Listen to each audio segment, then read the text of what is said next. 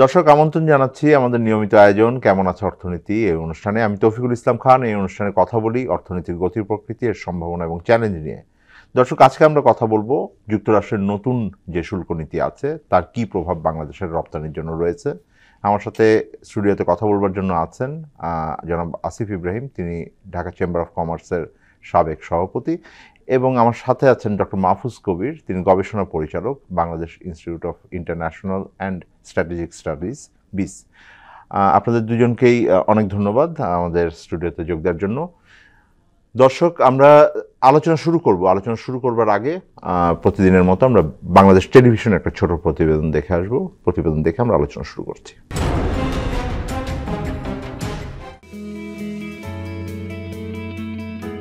Trump প্রশাসনের শুল্ক নীতির আওতায় সবচেয়ে বেশি সমস্যায় পড়েছে এশিয়ার ছোট দেশগুলো, বিশেষ করে বাংলাদেশের মতো দেশগুলো। এই শুল্ক আরোপে ওয়াশিংটনের আনুষ্ঠানিক যুক্তি ছিল, এসব দেশ যুক্তরাষ্ট্রে যে পরিমাণ পণ্য রপ্তানি করে আমদানি তার চেয়ে অনেক কম। ট্রাম্প প্রশাসনের দাবি, এই অন্যায্য বাণিজ্য ঘাটতি কমাতে বাড়তি শুল্ক আরোপের সিদ্ধান্ত। তবে বিশ্লেষকরা এই ঘাটতির হিসাব ব্যবহার করার যৌক্তিকতা নিয়ে প্রশ্ন তুলেছেন। তারা বলছেন, এই শুল্ক আরোপ আসলে চীনকে শাস্তি দেওয়ার একটি বৃহত্তর ভূরাজনৈতিক কৌশলের অজুহাত মাত্র। যুক্তরাষ্ট্র এমন দেশগুলোকে লক্ষ্যবস্তু করেছে যারা চীনের উপর নির্ভরশীল বা চীন থেকে বিনিয়োগ পেয়ে থাকে। চীনের সঙ্গে বাংলাদেশের বাণিজ্য সম্পর্ক কমাতে চায় যুক্তরাষ্ট্র। কিন্তু বাংলাদেশ এখন কোন পথে এগোবে? বাংলাদেশ তার সবচেয়ে বড় ক্রেতা অথবা সবচেয়ে বড় সরবরাহকারী দেশের মধ্যে যে কোনো একটিকে বেছে নিতে হচ্ছে। ফলে বাংলাদেশ সরাসরি যুক্তরাষ্ট্র চীন বাণিজ্য যুদ্ধের প্রভাবের মধ্যে পড়েছে। বিশ্লেষকরা বলছেন, প্রেসিডেন্ট ডোনাল্ড ট্রাম্প বাংলাদেশি পণ্যের উপর ৩৫% শুল্ক আরোপ করেছেন, কারণ এদেশে তৈরি বেশিরভাগ পণ্যে চীনা কাঁচামাল ব্যবহার করা হয়। তারা বলছেন, এই পদক্ষেপ চীনের অর্থনৈতিক প্রভাব মোকাবেলায় ওয়াশিংটনের একটি বৃহত্তর কৌশলের প্রতিফলন। বাংলাদেশ ব্যাংকের তথ্য অনুযায়ী ২০২৩-২৪ অর্থ বছরে চীন থেকে ১৬.৬৩ বিলিয়ন ডলারের পণ্য আমদানি করেছে বাংলাদেশ, যা মোট আমদানি ব্যয়ের ২৬.৪%। এই আমদানির ৮০%-এর বেশি তৈরি পোশাক খাতের কাঁচামাল, যেমন কাপড়, রাসায়নিক ও আনুষঙ্গিক পণ্য। বিশ্লেষকদের মতে, যুক্তরাষ্ট্রের মূল্য সংযোজন শর্তাবলী এতটাই কঠোর যে বাংলাদেশের পক্ষে তা মানা প্রায় অসম্ভব। উচ্চ মূল্য সংযোজনের এই দাবি বাংলাদেশের ওভেন খাতের ওপর বাড়তি চাপ সৃষ্টি করবে।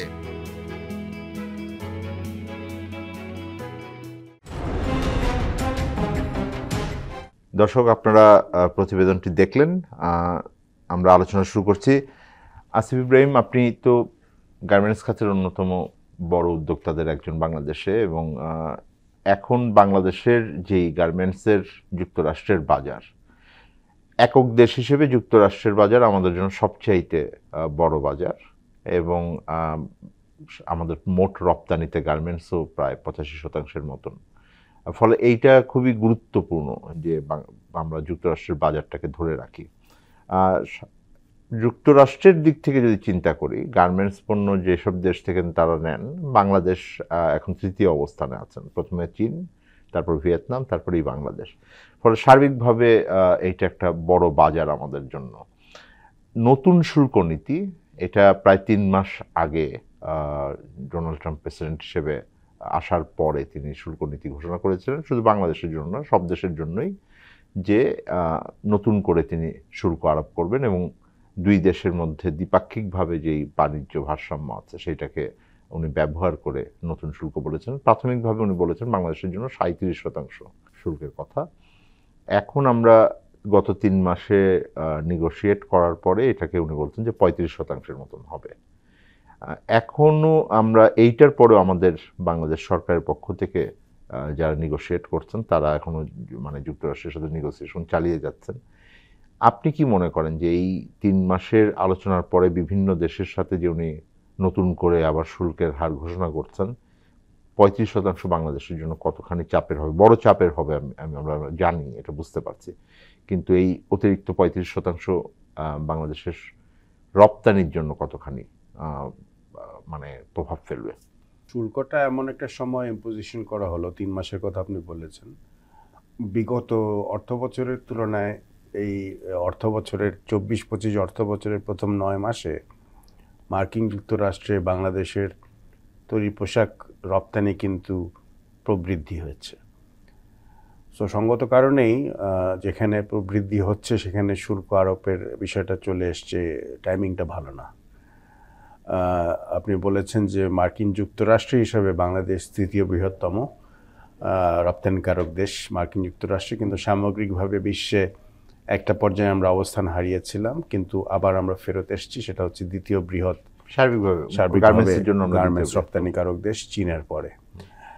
এবং আপনি এটাও সঠিক বলেছেন যে সিঙ্গেল কান্ট্রি হিসেবে সবচেয়ে বড় এক্সপোর্ট ডেস্টিনেশন বাংলাদেশের ইউএস মার্কেট অবশ্যই একটা চিন্তার বিষয়, এবং এখানে অনেক কিছুই জড়িত আছে ম্যাক্রো ইকোনমিক পার্সপেক্টিভে, জবস, এমপ্লয়মেন্ট, জব লস, তারপরে আপনার exports impact on foreign currency, এবং সামগ্রিকভাবে সেটার সঙ্গে ট্যাগ করে যে সমস্ত ইন্ডাস্ট্রি তৈরি পোশাক শিল্পের সঙ্গে জড়িত, যেমন ব্যাকওয়ার্ড লিঙ্কেজ, আপনার ব্যাংকিং অ্যান্ড ইন্স্যুরেন্স, আপনার ট্রান্সপোর্টেশন অ্যান্ড লজিস্টিক্স, সব কিছুই উপর একটা ওভারঅল ইম্প্যাক্ট।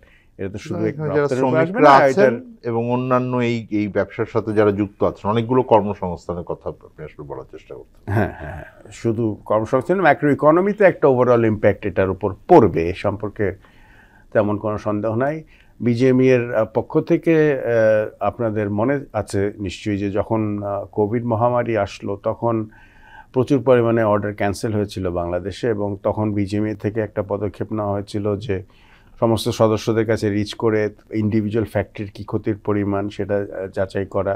সেই পদক্ষেপটা এবারও নেওয়া হয়েছে। বিজিএমই থেকে সবগুলো ফ্যাক্টরিকে মেসেজ দেওয়া হয়েছে যে কত আপনাদের পরিমাণ এক্সপোর্ট আপনারা মার্কিন যুক্তরাষ্ট্রে করেন। সে তথ্যটা যখন আমরা পাবো তখন আমাদের কাছে একটা ক্লিয়ারার পিকচার আসবে যে আসলে পরিস্থিতিটা কী রকম, এবং সেইভাবে আমাদের অ্যাডভোকেসি করার একটা জায়গা থাকবে। আপনি বললেন যে আমাদের বাণিজ্য উপদেষ্টা, ওনার নেতৃত্বে একটা দল ওয়াশিংটন ডিসিতে ইউএসটিআর ট্রেড রিপ্রেজেন্টেটিভ তাদের সঙ্গে আলোচনা হয়েছে, এবং আশা করব এটার প্রেক্ষিতে কিছু বেনিফিট হয়তো আমরা পাবো।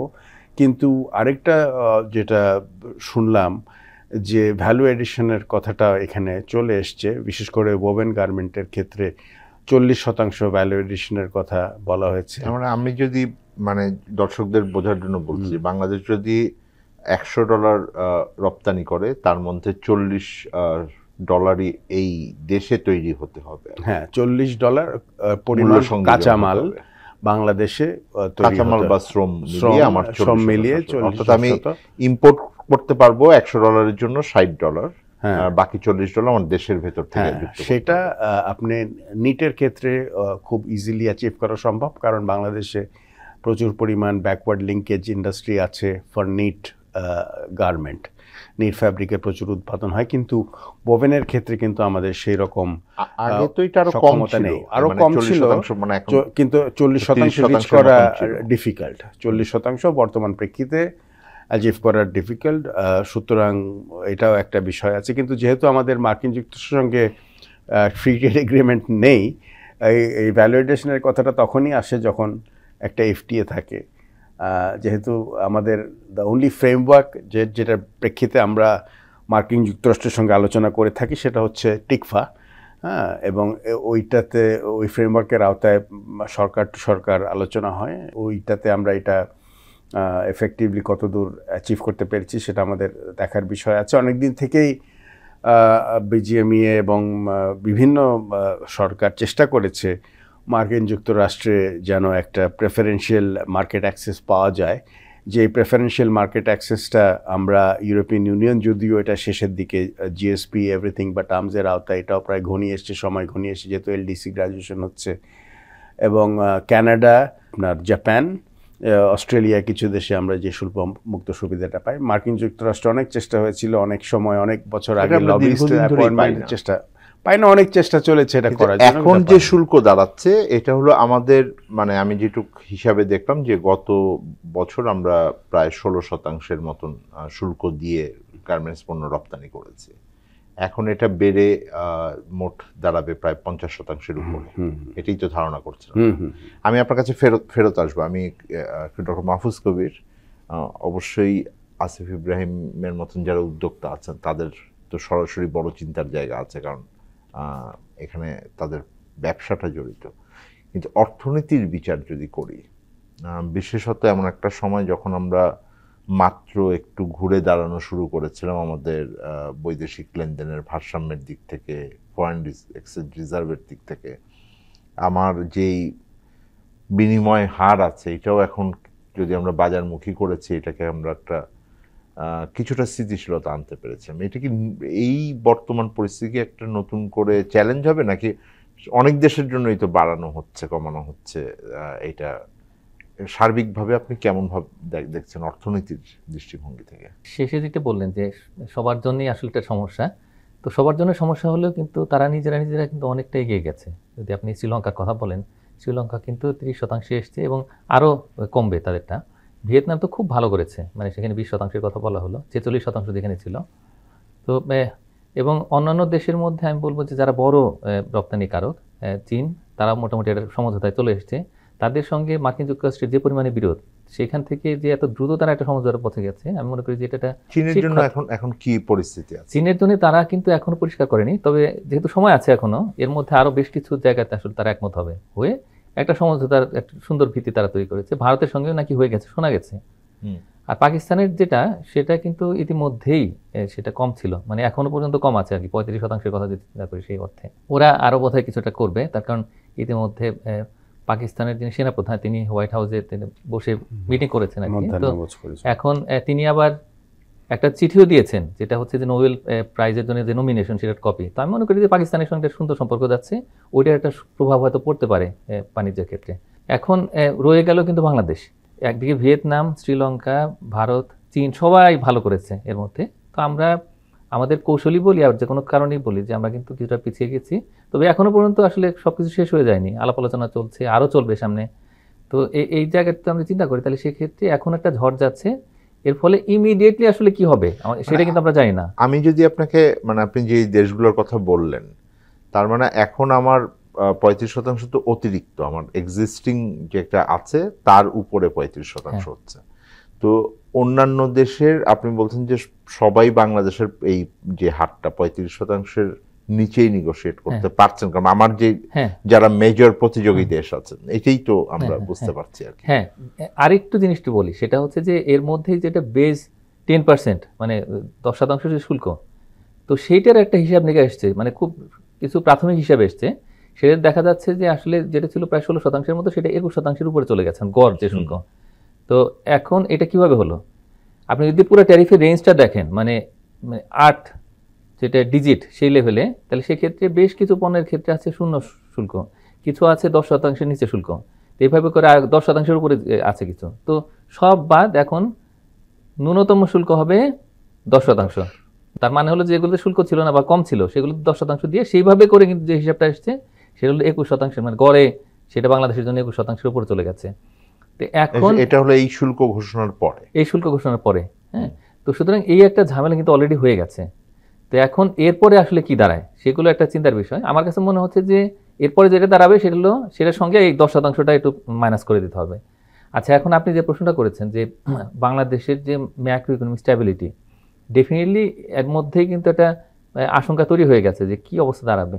তার কারণ মার্কিন যুক্তরাষ্ট্রের যারা বায়ার, তারা তো নিশ্চয়ই মানে আমাদের কাছ থেকে বেশি দাম দিয়ে তারা নেবেন না পণ্যটা, তাই না? এখন উচ্চ মূল্যের যে পণ্যগুলো আমরা অল্প কিছু তৈরি করছি, সেগুলোর ক্ষেত্রে হয়তো পরিস্থিতি কেমন হবে, তার কারণ এর মধ্যেও আমাদের যারা প্রতিযোগী তারাও কিন্তু উচ্চ মূল্যের পণ্য তৈরি করছেন এখন কম বেশি। ওই জায়গাতে কিছুটা কম্পিটিশন হবে, তারপরেও দেখা যাবে যে আমরা পেরে উঠবো না আসলে সেই অর্থে সার্বিকভাবে। এখন গার্মেন্টস হচ্ছে কত, আমরা যদি এই ইপিবির হিসাবও ধরি, মানে রপ্তানি উন্নয়ন ব্যুরো, তারা একটা হিসাব দিয়েছেন, সেখানে আমাদের মোট রপ্তানির 86% কিন্তু গার্মেন্টস পণ্য মার্কিন যুক্তরাষ্ট্রে। আর মার্কিন যুক্তরাষ্ট্র হচ্ছে প্রায় 18%, মানে আমাদের যে পণ্য রপ্তানির গন্তব্য সেগুলোর মধ্যে। তো এখন অবশ্যই এটার একটা চাপ তৈরি হবে, মানে বৈদেশিক মুদ্রার যে যোগান এখন যেটা আসছে, রপ্তানি তো সবচেয়ে বড় জায়গা, তো সেটা চাপের মধ্যে পড়লে তাহলে তো সেক্ষেত্রে আসলে আমরা তখন সুবিধা করতে পারবো না। আর মার্কিন যুক্তরাষ্ট্র যেহেতু একক বড় গন্তব্য, এটার একটা প্রভাব কিন্তু অন্য জায়গাতেও পড়বে। বাংলাদেশের বেশ কিছু কারখানা রয়েছে যারা শুধুমাত্র মার্কিন যুক্তরাষ্ট্রের বাজারের জন্য পণ্য তৈরি করে, তার মানে তারা তো বসে যাবে। তো এখন অবস্থাটা কি হবে? আমার কাছে মনে হচ্ছে যে একটা ডোমিনো ইফেক্ট হয়তো তৈরি হতে পারে। হুম। এবং এই যে সাইকোলজিক্যাল যে ইম্প্যাক্টটা, ইতিমধ্যে আমি মনে করি যে ব্যবসায়ীরা কিন্তু অনেকটাই হতাশ। তার কারণ যতটুকু প্রোগ্রেস হয়েছে সেটা কিন্তু একেবারে মানে 35 আর 37-এর মধ্যে তেমন কোনো ডিফারেন্স কিন্তু নেই। না, আমরা যেটা দেখেছিলাম বাজেটে যখন মাননীয় অর্থ উপদেষ্টা বক্তৃতা দেন, তখন উনি বলেছেন যে উনি 110টা পণ্য শূন্য শুল্ক ঘোষণা করেছেন বাংলাদেশের পক্ষ থেকে, যেটা যুক্তরাষ্ট্রের এই শুল্ক নীতির কে অ্যাড্রেস করে।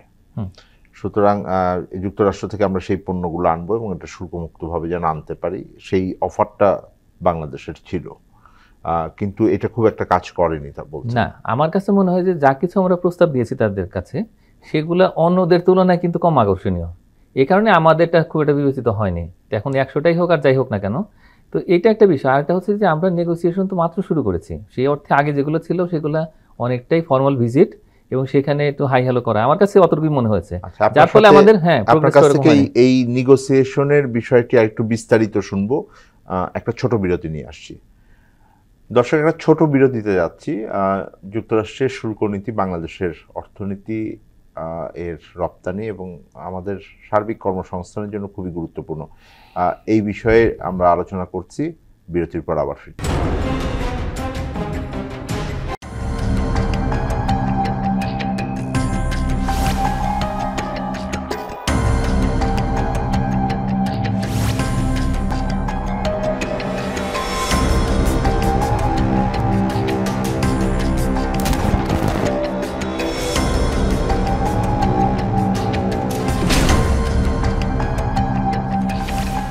বিশেষ টকশো ফ্যাসিবাদের দিনলিপি দেখবেন প্রতি রবি থেকে বৃহস্পতিবার সন্ধে 6:30। দর্শক, আমন্ত্রণ জানাচ্ছি আবার আমাদের নিয়মিত আয়োজন কেমন আছে অর্থনীতির আজকের পর্বের দ্বিতীয় ভাগে। আমি তৌফিকুল ইসলাম খান। আজ কথা বলছিলাম মার্কিন যুক্তরাষ্ট্রের বাজারে যে নতুন করে শুল্ক আরোপ হয়েছে বাংলাদেশের অর্থনীতি এবং রপ্তানির জন্য কি প্রভাব পড়বে সে বিষয়ে আমার সাথে আলোচনার জন্য আজকে দুজন অতিথি আছেন। কথা বলছিলেন তারা আসিফ ইব্রাহিম এবং ডক্টর মাহফুজ কবির। ডক্টর মাহফুজ কবির, আমি বিরতির আগে আপনি বলছিলেন যে আমরা 3 মাস আগে এই প্রথম প্রেসিডেন্ট ডোনাল্ড ট্রাম্প এই শুল্ক নীতির ব্যাপারে সারা পৃথিবীকে একসাথে এক ধরনের চমকে দিয়েছেন বলা যায়। বাংলাদেশের যে পক্ষ থেকে যে নেগোসিয়েশনটা, সেই নেগোসিয়েশনটা মাত্র শুরু হয়েছে।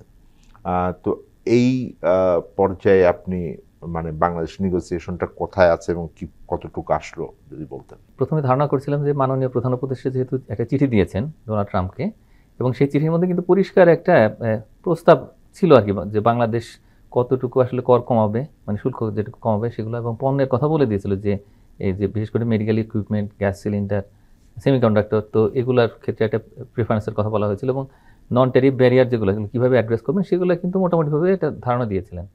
এরপরে বাজেটে যেটা হলো সেটা কিন্তু আরও অনেক পরে, যেটা আসলে মে মাসে এলো।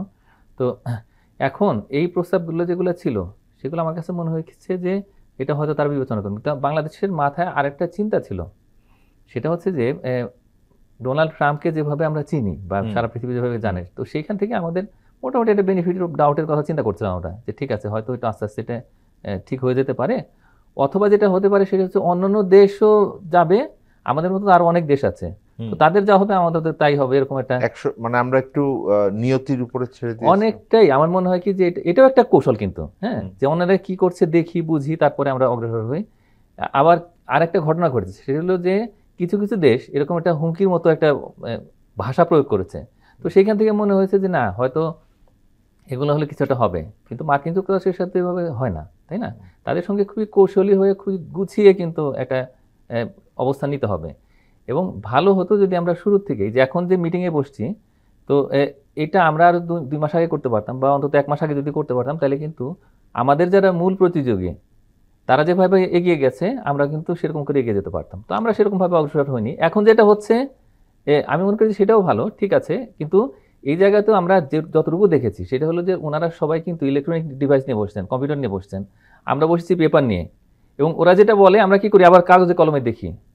এইটা কিন্তু খুবই একটা অড লুকিং। তো এইভাবে না গিয়ে আমরা কিন্তু বরং আরও বেশি যদি প্রিপেয়ার হয়ে যেতে পারতাম, আমাদের এখান থেকে যারা বিজনেস রিপ্রেজেন্টেটিভ তারা যেতে পারতেন এবং একই সঙ্গে এক্সপার্টরা যেতে পারতেন, তাহলে হয়তো আলাপ আলোচনাটা আর একটু সুন্দর হতো।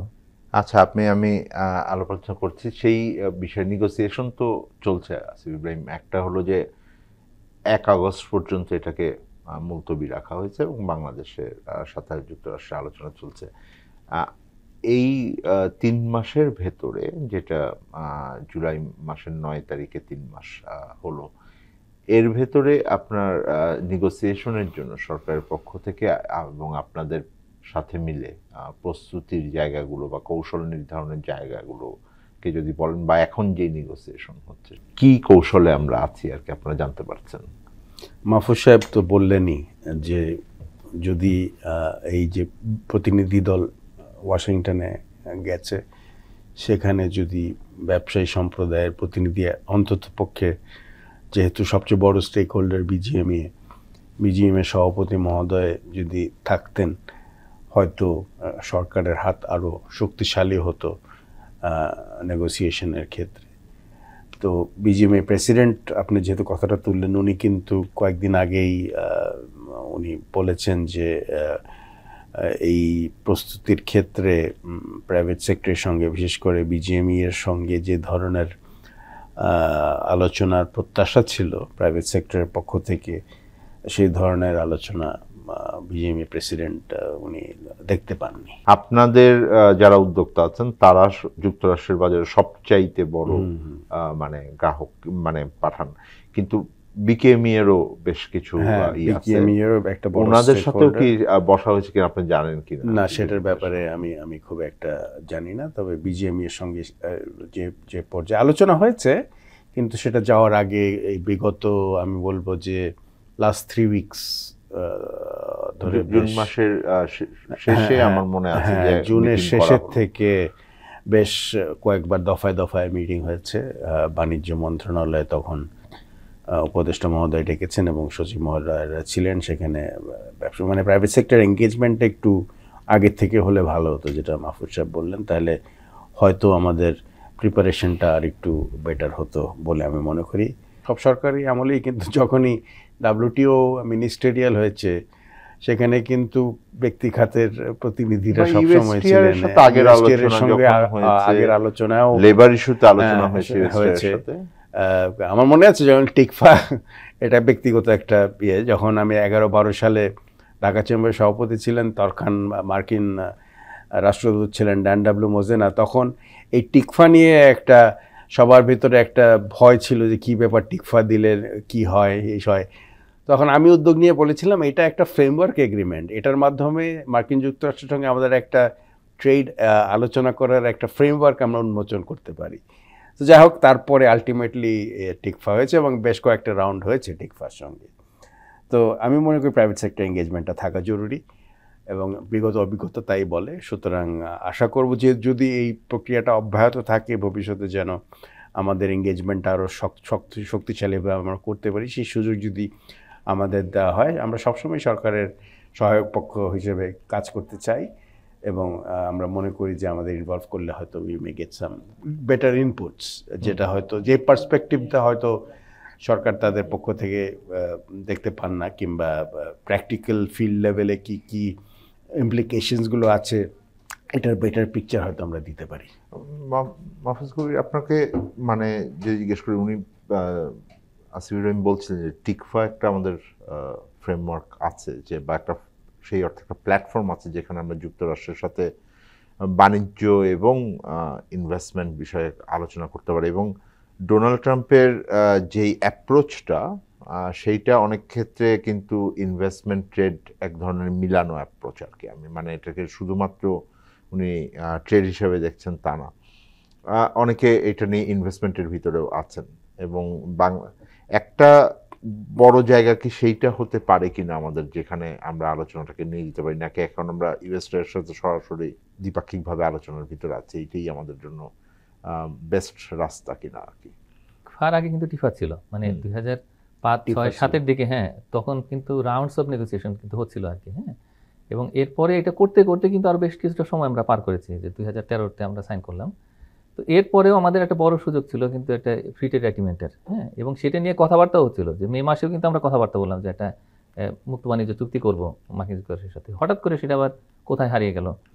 তো এখন এটা হলে বা অন্তত কিছুটা যদি আমরা এগ্রি করতে পারতাম তাহলে সেক্ষেত্রে কিন্তু এই যে এখনকার যে ডিসকাশন সেগুলো এই জায়গায় আসতো না। এইটা একটা সার্বিক আমি বলি আর কি কমেন্ট, সেটা হলো যে বাংলাদেশ ঐতিহাসিকভাবেই কারোর সাথেই তো দ্বিপাক্ষিক এই ধরনের যে মুক্ত বাণিজ্য চুক্তি এটার ব্যাপারে অন্তত 4-5টি আমার জানা আছে যে উদ্যোগ নেওয়া হয়েছিল, কোনোটাই ফল দেখেনি।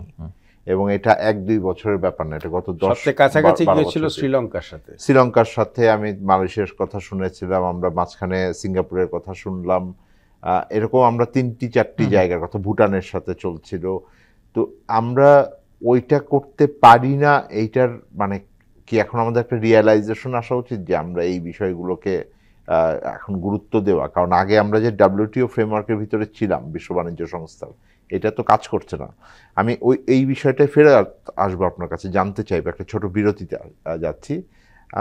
দর্শক, ছোট একটা বিরতিতে যাচ্ছি। আমি সার্বিকভাবে আমরা যে আলোচনা করছিলাম তার মধ্যে বাংলাদেশের বাণিজ্য এবং ভবিষ্যতের যে নেগোসিয়েশনের জায়গাগুলো আছে সেইটা নিয়ে আলোচনা শেষ ভাগে ফিরবো। আমাদের সাথে থাকবেন, বিরতির পর ফিরছি। ডেঙ্গু দর্শক, আমন্ত্রণ জানাচ্ছি আমাদের নিয়মিত আয়োজন কেমন আছে অর্থনীতির আজকের অনুষ্ঠানে। আমি তৌফিকুল ইসলাম খান। আজ কথা বলছিলাম বাংলাদেশের রপ্তানির উপরে যুক্তরাষ্ট্রের নতুন যে শুল্ক নীতি আছে তার কী ধরনের প্রভাব পড়বে, এবং আমার সাথে আলোচনা করবার জন্য আজকে দুজন অতিথি আছেন। আমার সাথে আছেন আসিফ ইব্রাহিম এবং আমার সাথে আছেন ডক্টর মাহফুজ কবির।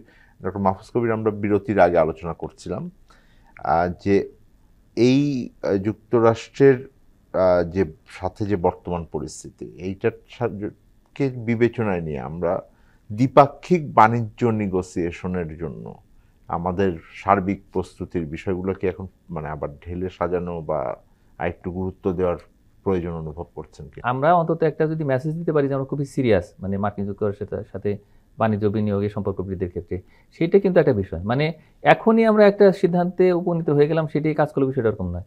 এখন যেটুকু আছে, যে আলোচনাগুলো হচ্ছে, যে প্রক্রিয়া, সেটা মানে সুনির্দিষ্ট দিকে নিয়ে যেতে হবে। মানে আমরা তো পথ হারিয়ে ফেলি প্রায় দেখা যায়। তো এখন এইটাকে যদি ঠিক করি তাহলে অন্তত শুল্কের জায়গাতে আমরা একটা সিদ্ধান্তে আসি। আমি ফেরত আসবো আপনার কাছে। আসিফ ইব্রাহিম, বাংলাদেশে আমরা অনেক সময় দেখেছি যে আমরা যখন সেই রকম একটা জায়গায় যাই যে একদম ডেডলাইনের কাছে আছি বলতে, তখন আমরা মোর অ্যাক্টিভ থাকি আর কি। আপনার কি পরামর্শ থাকবে এই নেগোসিয়েশনের জন্য? না, নেগোসিয়েশনের জন্য তো অবভিয়াসলি এখন মানে শেষ পর্যায়ে আমরা আছি, 1 মাস সময় আছে। যতদূর সম্ভব আমাদের কনসেশন আদায় করা আমরা করতে পারি ততটুকু আমাদের করতে হবে। আমাদের অনেক ক্ষেত্রে ট্রেড কনসেশন মার্কিন যুক্তরাষ্ট্রকে দিতে হবে, এবং বিকজ মাহফুজ সাহেব যেটা বললেন, it is all about reciprocal, ওরা কি পেল। তো সেই পার্সপেক্টিভ থেকে আমাদের দেখতে হবে, যেহেতু এটা অত্যন্ত শর্ট টার্ম, সেই ক্ষেত্রে হয়তো এমনও হতে পারে যে আমাদের নিজেদের ক্ষেত্রে কনসেশনটা একটু বেশি দিতে হতে পারে to get what we want. সেটা হচ্ছে যে আমাদের এক্সিস্টিং ট্যারিফ স্ট্রাকচারটা কিংবা আমাদের প্রতিবেশী কিংবা আমাদের কম্পিটিং যে কান্ট্রিগুলো আছে তারা যেই পর্যায়ে নিয়ে গেছে সেটা যতদূর সম্ভব কাছাকাছি নিয়ে যাওয়া যায় সেরকম একটা জায়গায় যেন আমরা যেতে পারি, সেটা একটা বিষয়। তবে দীর্ঘমেয়াদে সরকার এবং ব্যক্তিখাত দুজনকেই বেশ কাজ করতে হবে। বাণিজ্য মন্ত্রণালয়ের আমি মনে করি, যেহেতু এই প্রথম আমরা এরকম একটা শক ওয়েভের মধ্যে দিয়ে গেলাম, আমার মনে হয় বাণিজ্য মন্ত্রণালয়ের উচিত একটা লং টার্ম মার্কিন যুক্তরাষ্ট্র ভিত্তিক বাণিজ্য স্ট্র্যাটেজি তৈরি করা। আমি একটা আপনাকে প্রশ্ন করি, আমি দেখলাম যে আমাদের যারা বায়ার আছেন তারা নাকি এর ভিতরেই যোগাযোগ করেছেন তাদের, আমাদের এখানকার যারা গার্মেন্টস উদ্যোক্তা আছেন তাদের সাথে, যে কিছুটা এই শুল্কের যেই ভার, কারণ শুল্কটা তো আসলে দিন শেষে দেন হলো আমেরিকার যারা জনগণ আছেন তারা, কিন্তু ওনারা বলছেন যে ওনাদের যে খুচরা মূল্যের উপরে এটাকে যেন প্রভাবটা একটু কম পড়ে, কিছুটা অ্যাবজর্ব করতে বলেছেন।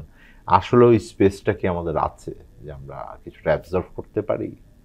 না, আমাদের সেই স্পেসটা খুবই কম, কারণ আপনি যদি আমি ইউরোস্ট্যাটের একটা তথ্য বের হয়েছে ফেব্রুয়ারি মাসে, সেখানে বেশ কয়েকটা দেশের যারা ইউরোপে প্রতিযোগিতা করে তৈরি পোশাক শিল্পের জন্য তাদের আপনার গ্রোথ দেখানো হয়েছে, এবং নট অনলি ভলিউম গ্রোথ, একই সঙ্গে প্রাইসের গ্রোথ।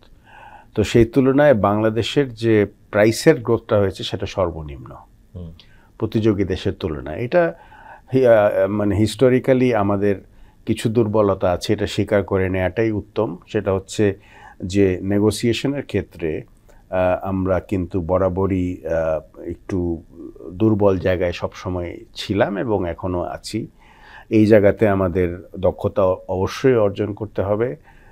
বাংলাদেশ যে জাস্ট বিকজ এই একটা চিপ লেবার ডেস্টিনেশন থেকে, এই মাইন্ডসেট থেকে আমাদের বেরিয়ে আসা প্রয়োজন, এবং এটার জন্য ইন্ডাস্ট্রিতে তো অনেক কাজ হয়েছে। সাস্টেনেবিলিটি পার্সপেক্টিভে, সার্কুলারিটি পার্সপেক্টিভে তো অনেক ভালো ভালো কাজ হয়েছে। এই উদাহরণগুলো তুলে ধরার দায়িত্ব কার? এটা তো শুধু প্রাইভেট সেক্টরের না। আমি মনে করি যে মিনিস্ট্রি অফ ফরেন অ্যাফেয়ার্স যে আমাদের আছে, বিদেশে যে সমস্ত আমাদের মিশন আছে, বিশেষ করে ওয়াশিংটনে আমাদের যে মিশন আছে, সেখানে ইউএসএতে স্ট্র্যাটেজিক অ্যালায়েন্স বিল্ড আপ করা বিভিন্ন এজেন্সির সঙ্গে, এইটার দায়িত্ব তো একটা পররাষ্ট্র মন্ত্রণালয়ের আছে। বাণিজ্য মন্ত্রণালয়ের উচিত একটা লং টার্ম ট্রেড স্ট্র্যাটেজি তৈরি করা, এবং বাংলাদেশের অতি নির্ভরতা যে তৈরি পোশাক শিল্পের উপর, এখান থেকে বেরিয়ে আসার জন্য তো আমরা যুগের পর যুগ ধরে অনেক সেমিনার করেছি, ওয়ার্কশপ করেছি অন এক্সপোর্ট ডাইভার্সিফিকেশন। কেন আমরা যেতে পারছি না? এটা একটা $1 মিলিয়ন কোয়েশ্চেন। একই সঙ্গে আমি মনে করি যে বিডারও একটা দায়িত্ব আছে, বিশেষ করে এই মুহূর্তে মার্কিন যুক্তরাষ্ট্র থেকে কিছু বিনিয়োগ যদি আমরা আকৃষ্ট করতে পারি on a short term, medium term and long term basis, সেটা মাইট হেল্প। আমি ডক্টর মাহফুজ কবির একদম অনুষ্ঠানের শেষ পর্যায়ে যেই পরামর্শগুলো আসিফ ইব্রাহিম দিলেন, আর সত্যিকার অর্থে কতখানি কাজে লাগবে আপনি আর কি মনে করেন করা? আমি যেটা একটা বিষয় দেখেছি যে মিনিস্ট্রি অফ ফরেন অ্যাফেয়ার্স অত বড়ভাবে কি যুক্ত আছেন এই নেগোসিয়েশনের পর্যায়ে, আর একটা আপনি বলছেন যে নেগোসিয়েশনের জন্য আমাদের প্রস্তুতি। আমি যেটা দেখেছি, একটা তো ওনারা বলছেন যে ব্যবসায়ীদের সাথে যথেষ্ট পরিমাণে কৌশল নিয়ে আলোচনা হয়নি। ব্যবসায়ী বলতে মূলত রপ্তানিকারক, গার্মেন্টস রপ্তানিকারক। রাজনৈতিক দলগুলোর সাথেও তো সেভাবে আলোচনা হয়নি। মানে যেহেতু একটা অন্তর্বর্তীকালীন সরকার এবং সময়টাও যেভাবে আছে, সামনে নির্বাচনের জায়গায় যাচ্ছি আমরা, তো সেই দিক থেকে বাংলাদেশের রাজনৈতিক দলগুলোর সাথেও আলোচনা সেভাবে হয়নি। মানে আরেকটু বড় পরিসরে যাওয়া যেত কিনা সেইটার ব্যাপারে। কিন্তু এখানে একটা বড় বাধার কথা আমরা শুনেছি যে একটা নন ডিসক্লোজার এগ্রিমেন্ট সাইন করেছে বাংলাদেশ, যে এই কৌশল মানে নেগোসিয়েশনের ক্ষেত্রে যেটা যুক্তরাষ্ট্র অফার করেছে সেইটা ওনারা প্রকাশ করতে পারবেন না। মানে এটা কত বড় বাধা, এবং এই জায়গাতে কৌশলীটা কিভাবে আসলে হওয়া উচিত? মানে আপনি যেহেতু বিসে আছেন এবং পিস সরকারের সাথে, মানে সরকারি প্রতিষ্ঠানই সেই অর্থে আর কি, স্ট্র্যাটেজি নির্ধারণের ক্ষেত্রে মানে আপনি কি ধরনের পরামর্শ দিবেন? হ্যাঁ, না, নন ডিসক্লোজার যেটা আছে এটা ভালো, কিন্তু হ্যাঁ, তার কারণ কথাবার্তা যদি বাইরে না যায় তাহলে ভিতরে ভিতরে আলাপ করে নিলে স্পেকুলেশনের যে জায়গাগুলো সেগুলো কম থাকে। তবে আমাদের প্রিপারেশনটা আরেকটু ভালো করে নেওয়া যেত। মানে বিশেষ করে যে প্রাইভেট সেক্টর, আমি বলবো যে গার্মেন্টস সেক্টরের সঙ্গে আসলে একটু বেশি দরকার ছিল। এটা ছাড়া ওই ফুটওয়্যার, হেড গিয়ার এটা আছে, তারপরে লেদার প্রোডাক্ট আছে, এগুলো তো মানে গার্মেন্টস সেক্টরে অনেক কম। টেকনিক্যাল পিপল ওইখানে এক হচ্ছে যে ব্যবসায়ী সম্প্রদায়, তার কারণ তারা সরাসরি যেহেতু রপ্তানি করেন, এবং একই সঙ্গে যে যারা এক্সপার্ট, তো তাদেরকে ওই টেবিলে কিন্তু নেওয়া যেত, বা অন্তত পিছনে আরেকটা রুমে হয়তো তারা থাকতেন। এইভাবে করে কিন্তু জিনিসটা হতো। তো একটা টিম করতে পারতাম, আমরা যদি করিনি। কিন্তু আমরা যদি আরেকটু সুযোগ পাই, মানে এই যে রাউন্ডটা শেষ হয়ে গেলে এরপরে যদি আরেকটা রাউন্ড হয় নেগোসিয়েশনের, তাহলে সেক্ষেত্রে যদি আমরা সুযোগ রাখতে পারি তাহলে এটা ভালো। আর দ্বিতীয় যে বিষয়টা সেটা হলো যে ইনভেস্টমেন্টের ক্ষেত্রে আমরা আসলে তেমন কোনো ভালো জায়গাতে নেই। মানে ওইখান থেকে যেটা বলা হয়েছে মার্কিন যুক্তরাষ্ট্রের পক্ষ থেকে, যে বাংলাদেশ থেকে যদি বিনিয়োগ যায় তাহলে সেক্ষেত্রে ট্যারিফ হবে 0 বা ট্যাক্স। তো এটার জায়গাতে আমরা এই মুহূর্তে নেই, পরে যদি হয় সেটা করবো। বাংলাদেশের ক্যাপাসিটি ইউএসএ তে ইনভেস্ট করার তো খুব বেশি দেখি, খুব বেশি নেই। উচ্চ মূল্যের গার্মেন্টস কি আমরা 2-1টা কারখানা করবো? আমার মনে হয় না যে ভালো কোনো কৌশল হবে। আর অন্য কোনো জায়গাতেও কিন্তু আমাদের সেরকম কোনো অবস্থা নেই। সুতরাং ওই জায়গাটা আপাতত বাদ, কিন্তু পরে আমরা করব জয়েন্ট ভেঞ্চার যদি করতে চাই ওইখানে গিয়ে, তো সেটা এখনকার কিন্তু কৌশল এটা হওয়ার দরকার নেই। তাই আমি মনে করি যে আপাতত আর একটার যদি আমরা রাউন্ড নিতে পারি অন্তত অগাস্ট মাস আসার আগে, যদিও তারা খুব ব্যস্ত, অন্য দেশের সঙ্গে তারা আলাপ আলোচনা করছেন, কিন্তু এখনই আশা ছেড়ে দেওয়া যাবে না। তাদের কাছে অনুরোধ করতে হবে আমাদের জন্য আরেকটা বড় টিম নিয়ে আমরা যাতে বসতে পারি, সেরকম একটা জায়গাতে গেলে এটা ভালো হবে। ধন্যবাদ আপনাদের দুজনকে। দর্শক, আমরা আজকে আলোচনা এখানে শেষ করছি। যেটা সার্বিকভাবে আমরা বুঝতে পারলাম সেটা হলো যে আমাদের এই যে দর কষাকষি চলছে যুক্তরাষ্ট্রের সাথে, এই প্রক্রিয়াটাকে অব্যাহত রাখা দরকার। আরেকটু আমাদের কৌশলী হয়ে প্রস্তুতির জায়গাগুলোকে আরও আমাদের শক্তিশালী করতে হবে, এবং সবচেয়ে গুরুত্বপূর্ণ দর কষাকষিটা অব্যাহত রাখতে হবে যেন বাংলাদেশের স্বার্থ বড়ভাবে সেখানে যেতে পারে। আপনাদেরকে ধন্যবাদ জানাচ্ছি। আমরা নিঃসন্দেহে এই বিষয়ে সামনেও আবার আলোচনা করব। আবারও জানতে চাইব কেমন আছে অর্থনীতি।